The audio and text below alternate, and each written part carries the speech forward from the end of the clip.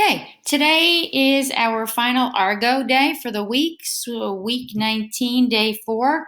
We're on page 119, and I'm so glad you tuned in because I want to review something with you. We looked at this one other time while learning about the coordinate grid, and what we've been working on the past few weeks is work in quadrant 1.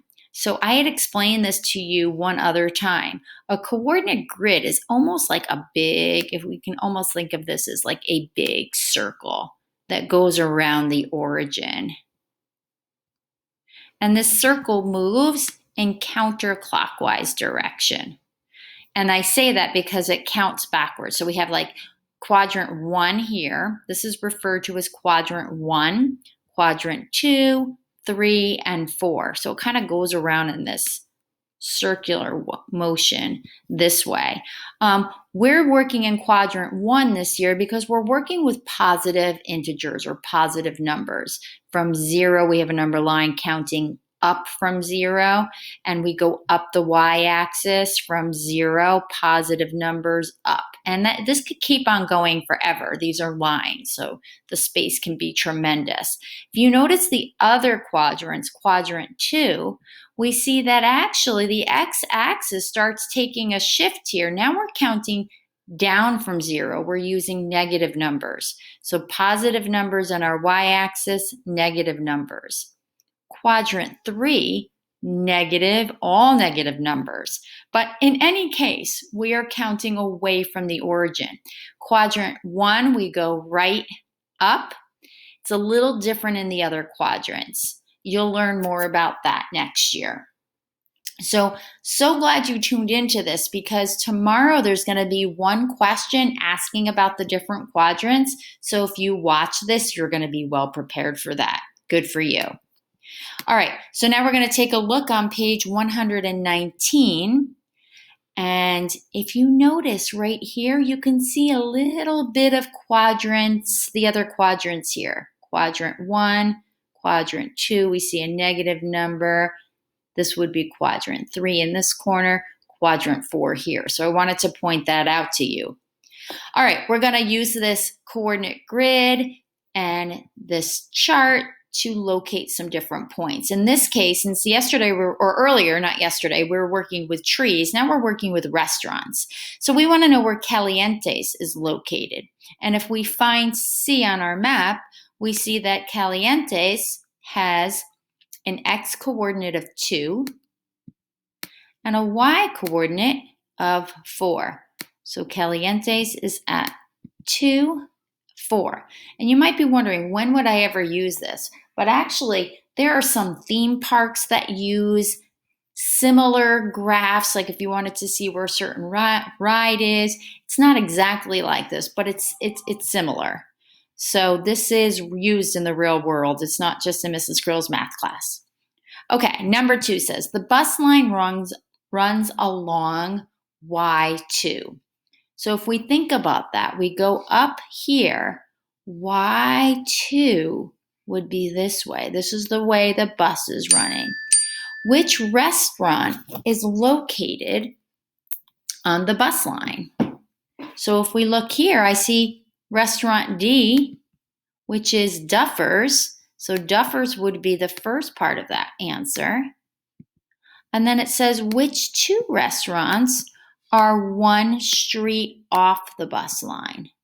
So Duffers is on the bus line. And which 2 restaurants are 1 street off of it? Well, let me just draw my bus line in there. And if we look here, we have Bananarama is 1 street off, and so is Ava's.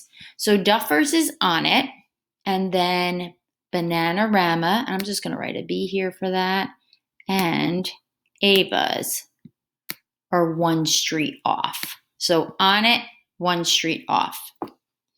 Let's take a look at number 3.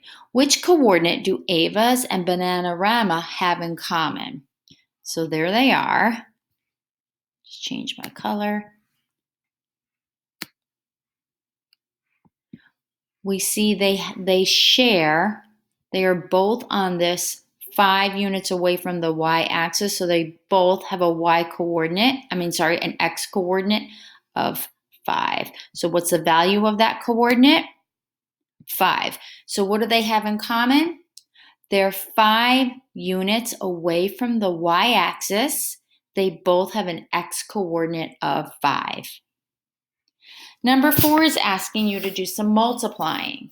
You're asked to multiply 9,106 times 28.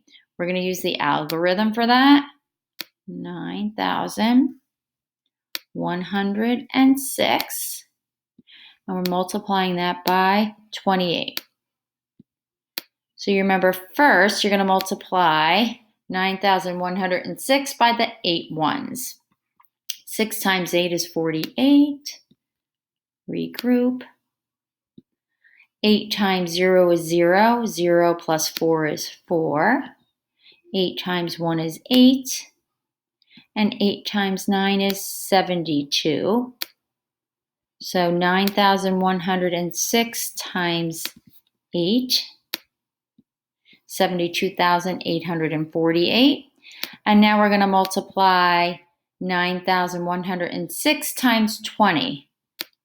We'll put our 0 for the 20 there. Now we can treat this as just 2. 2 times 6 is 12. 2 times 0 is 0, and 0 plus 1 is 1. 2 times 1 is 2, and 2 times 9 is 18. I like to put my commas in there so I can use some place value to keep my numbers lined up. We have 8. We have 4 plus 2 is 6. 8 plus 1 is 9, and I hope you're doing this along with me. 2 plus 2 is 4. 7 times 8 is, not 7 times 8, 7 plus 8 is 15. So the product of those two numbers is right there, 254,968. Number 5 is a little interesting. They're asking you, or they're telling you that Xander is able to save 2/11ths of the cost of his car every month. So here's the car. And I know he saves 2/11ths each month. So we're trying to find out, and how many months will it take him to have enough for a car? Well, what would enough be? Enough would be the whole amount. And if we're talking about a fraction, a whole amount would be 11/11ths. So if we're adding to this, let's think about this for a minute. Remember, each of these is a month. So 1 month, 2 months. So now we have 2/11ths and another 2/11ths. That's 4/11ths. If we add 2 more, that would be 6/11ths. It's almost half. 8/11ths.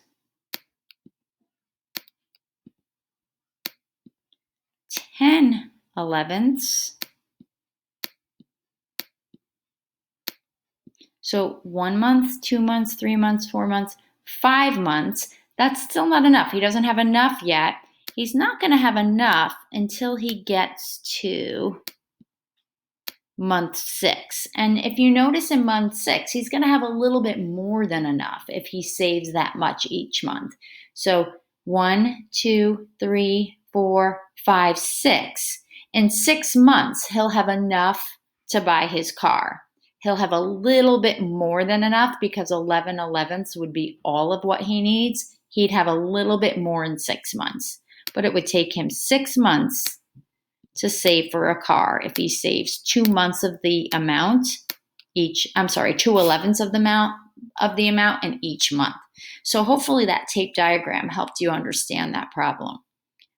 Okay, tomorrow is your Google check-in. Your Go Formative check-in on coordinate graphing. So hopefully these reviews will help you feel well prepared for that.